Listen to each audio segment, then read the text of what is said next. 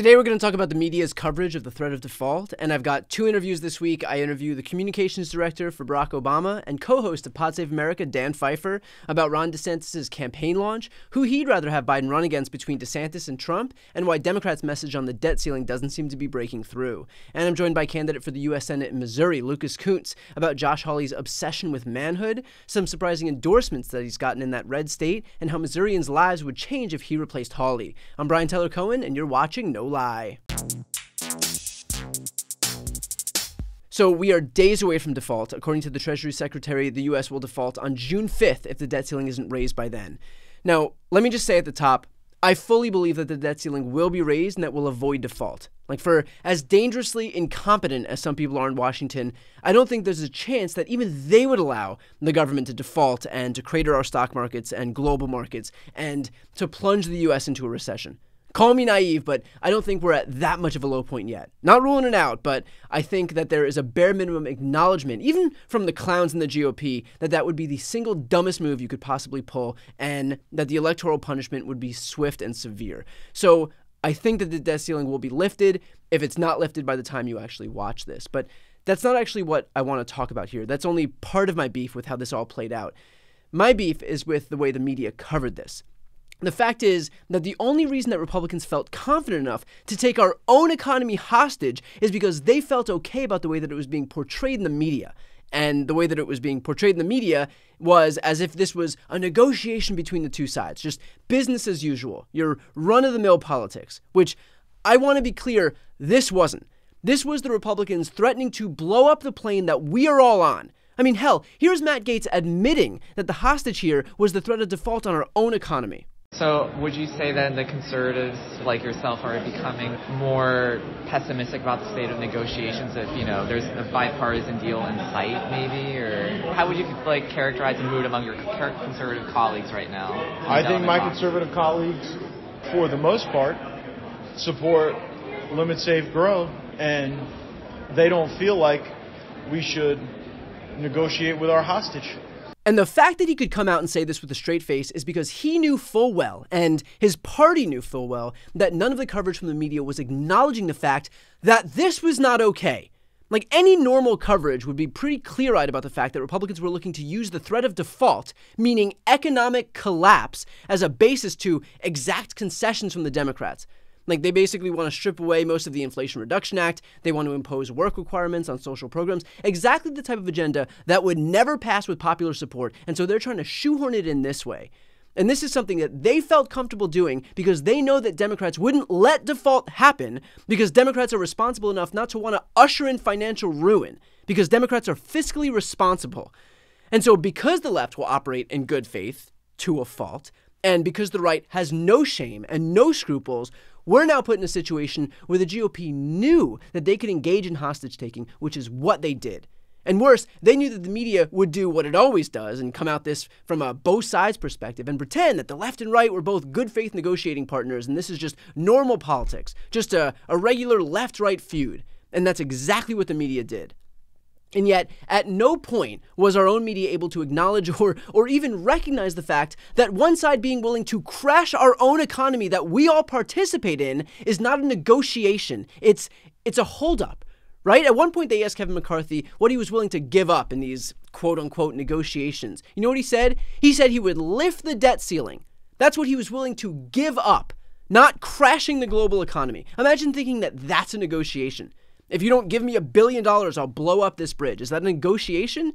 I mean, my God, the lengths that most of the media will go to avoid being labeled the liberal media is just mind-numbing.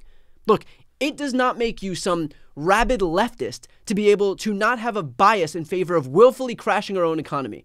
Just like it doesn't make you a rabid leftist to be pro-democracy in a democracy. And the fact that those things seem like partisan issues isn't a condemnation of the left or both sides or just politics in this country. It is a condemnation of the Republicans. You don't need to both sides this issue if only one side is suddenly willing to crash our economy for political gain. If suddenly one side is anti-democracy in a democracy. The fact that the media is now both siding the very concept of democracy to be able to stay in the GOP's good graces is a testament to just how far off the cliff the right has gone. And it's a testament to how unwilling the media is to actually meet this moment.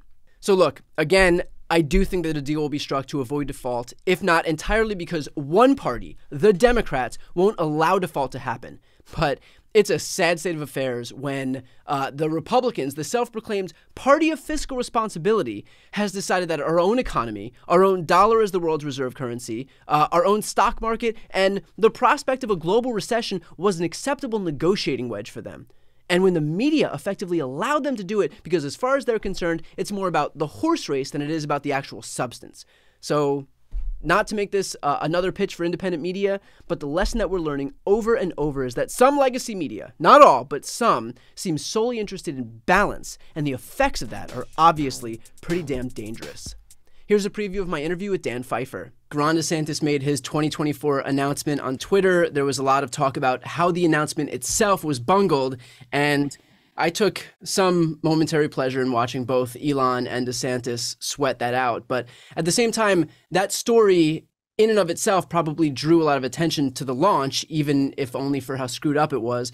Would you consider it a success or a failure? It is an absolute abject failure. It's probably one of the most damaging unforced errors in modern political history. The launch is supposed to be the easiest part of your campaign.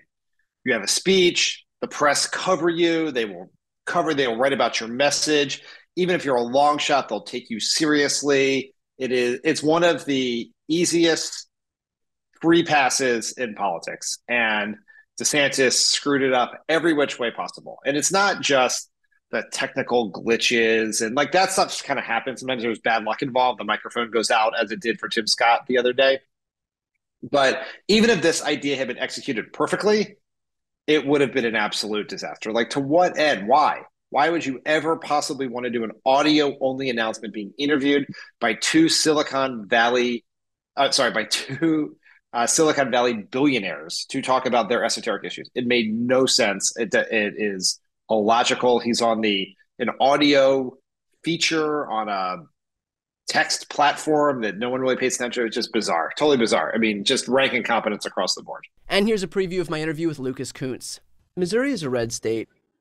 You'll need Republican voters to win this election. What's your pitch to Missouri voters who may identify through and through as Republicans? How do you win them over? And have you had any success in winning over, those who do identify as Republicans thus far on the campaign trail? Oh, yeah, absolutely. I mean, the thing is, first of all, like Josh Hawley's very unlikely. I mean, the guy who writes a book on manhood is like kind of creepy just to begin with, right? The dude ran out of the back of the Capitol. So even if you liked what he did at the first half of January 6th, they're kind of like, oh, well, actually, he's just a coward in the end anyway, right? And so he provides us a unique opportunity to contrast sort of my bio, where, I did 13 years in the Marine Corps, deployed to Iraq and Afghanistan, really been trying to serve the country, with a guy who really only cares about himself and maybe the zillionaires who originally funded his campaign. But the fun thing here is that a lot of them have abandoned him, right? Like, so our former Senator Jack Danforth was a Republican. He made Josh Hawley who he is. He said Josh Hawley's the worst mistake he ever made. The zillionaire out of Joplin, Missouri, who funded Hawley, said he's not going to support him anymore. The guy's not really been able to raise a lot of money, and people here just don't like him. He's, his disapproval is higher than his approval, which, for you said it was a red state, but like, for a Republican in Missouri who hasn't been having negative ads thrown against them, like that's an achievement. And he achieved that just based on, being himself. Just being Josh Hawley, yeah. Just being Josh Hawley has gotten Missouri, made him one of the most unpopular people. And the thing is that Missourians are willing to split their ticket, right? In 2016, the last time we had a Senate election at the same time as a presidential election, Donald Trump won this state by the most anyone had ever won by. It was like 17 points. And Jason Kander was running against Roy Blunt. Jason Kander was a veteran like me, a Democrat, and he came within 2.7% of winning. So Missourians are willing to switch their vote. We don't have to overcome as big of a gap as we used to, because the craziness has just been, kind of bring that party down as a whole. And we got a lot of people who want what I want and enjoy that. And so examples, you asked for an example. I mean, the State Firefighters Union just endorsed me over this last week. And, they've endorsed the Republican for governor. They endorsed our current Republican Senator Eric Schmidt. They endorsed our previous Republican Senator Roy Blunt. And they're just, they see Josh Hawley, they see his fakeness, they see his unwillingness to do anything for the state or the people here. And they said, you know what, we're going to endorse you instead. And so we see that not just with organizations, but with people all across the state who, they're either tired with what's going on in DC or they're just tired of Josh Hawley. Like, we just don't want a kind of a creep and a faker representing us. To watch both full interviews, click the thumbnails right here on the screen or check out the interviews playlist on my YouTube channel. You can also listen to the audio version by clicking that link on this screen. And of course, to check out more of my content, subscribe to both this channel by hitting the subscribe button and my Spanish-speaking channel. Thanks so much for watching.